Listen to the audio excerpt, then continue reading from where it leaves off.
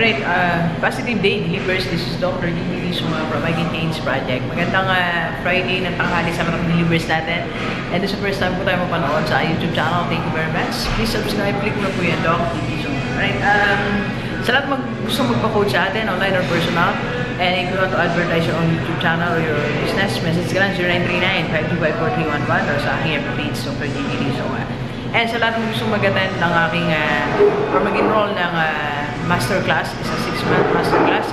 If you want to be successful sa isang pangarap mo, gusto mong matupad yan, long time ago meron kang dreams, business, YouTube, writing a book, or anything that you want to achieve in your life, I can help you. Okay, so just enroll in my master class. It's 6 months yan, rigid training talaga yan, pero we're doing it online, or yeah, basically online tayo. But if you will have you know, yung ano tayo, malapit ka, pwede tayo mag-meet. Okay? Alright, so 3 persons that can help you to become successful. Okay? Di ba lahat tayo gusto natin maging successful? Something like you want to reach your goal, or you want to achieve something different in your life. Kaninong tao ba tayo lalapit? So yun yung tanong sino ba yung pwede kong lapitan?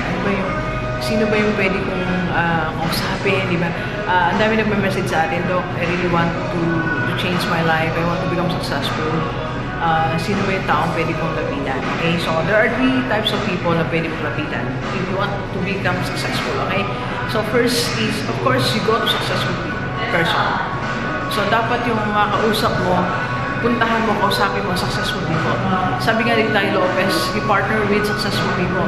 So hanapin mo mga successful people. Doon ka maipag-usap, doon ka maipag-kwentuhan, doon ka maipag-meeting, doon mo sabihin yung mga gusto mo sabihin, yung tulong na gusto mong makamit, dyan mo sila yung lalapitan mo, okay? So try to see successful people, try to find successful people. Sino ba yung mga yan? So, pwede sila successful people, they become successful in one area, in their field.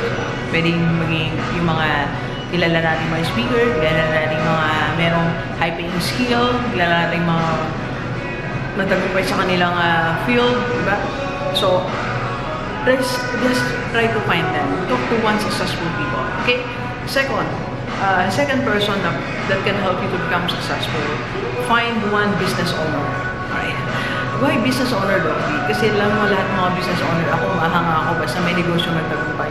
Ibig sabihin niya may kakaibang quality yan. Meron siyang positive mindset. Okay? Meron siyang trait na kakaiba that can help you, na pwede mong ma-imbibe. Sabi ko nga, di ba, sa lahat ng gusto mong maging successful, umanap ka ng limang tao. Hanapin mo kung sundan mo sila, subaybayan mo, tignan mo yung culture nila, lifestyle nila, di ba? So try to see kung may makakausap ang business owner. Okay? Di ba? Ipag-usap ka, pwede ka rin magpaturo. Sabi mo, okay, tulungan niyo po ako, how can I, do this? Marami namang mga successful person na willing to help. Okay? And number 3, sino yung pwede mo lapitan na parang maging successful? Find a mentor or a coach. Right? So, gaya lang ko kanina, I can be your coach, or if you have someone na alam mo makakatulong sa'yo, a mentor, a coach, so pwede kang makipag-usap, pwede kang magpatulong, sabihin mo, I want to achieve this, I want to reach my goals, I want to change my life, sawa na ako sa hirap, sawa na ako sa frustration, sawa na ako sa negative thinking, depression, loneliness, and everything. So, you open your heart to a coach or a mentor. For at least a year na ako nag-coach. Ang dami ko nakita tao na may potential. Nakakausap ko, may potential naman, may skill, may talent, pero kulang lang ng something may missing and that's motivation. Yun yung kayang ibigay ng isang coach. Okay? So, ito hindi may bayad. Ganun po talaga, ang mga coach may bayad. Kasi kailangan din naman namin makasurvive, di ba? Kaya may bayad.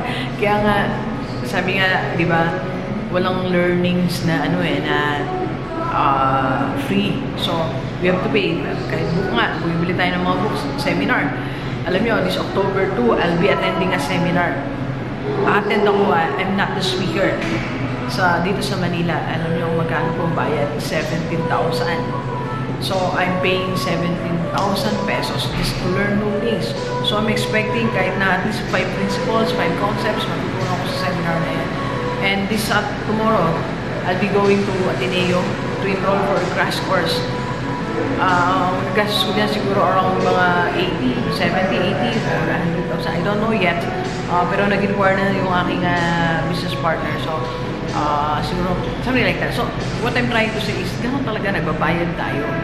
Kasi gusto natin may mabago sa buhay natin. Wala namang fee, di ba? Walang fee. So, it's okay to pay. Mali mo yung matutunan mo, makapagpabago ng buhay mo. Di ba? Yung mga seminars. Di ba? Let me repeat again. Tony Robbins attended the seminar of Jim Rohn. Chinkitan attended the seminar of Zig Ziglar. So, yung mas lalo silang na-motivate, di ba? So, I'm attending a seminar this October 2 and I'll be paying them 17,000. Imagine that. Just for one day. Just to learn something new. It's okay with me. It's okay that I'll be paying that. Okay? So, believers, if you want to become successful, if you want to reach your goal, find these 3 persons.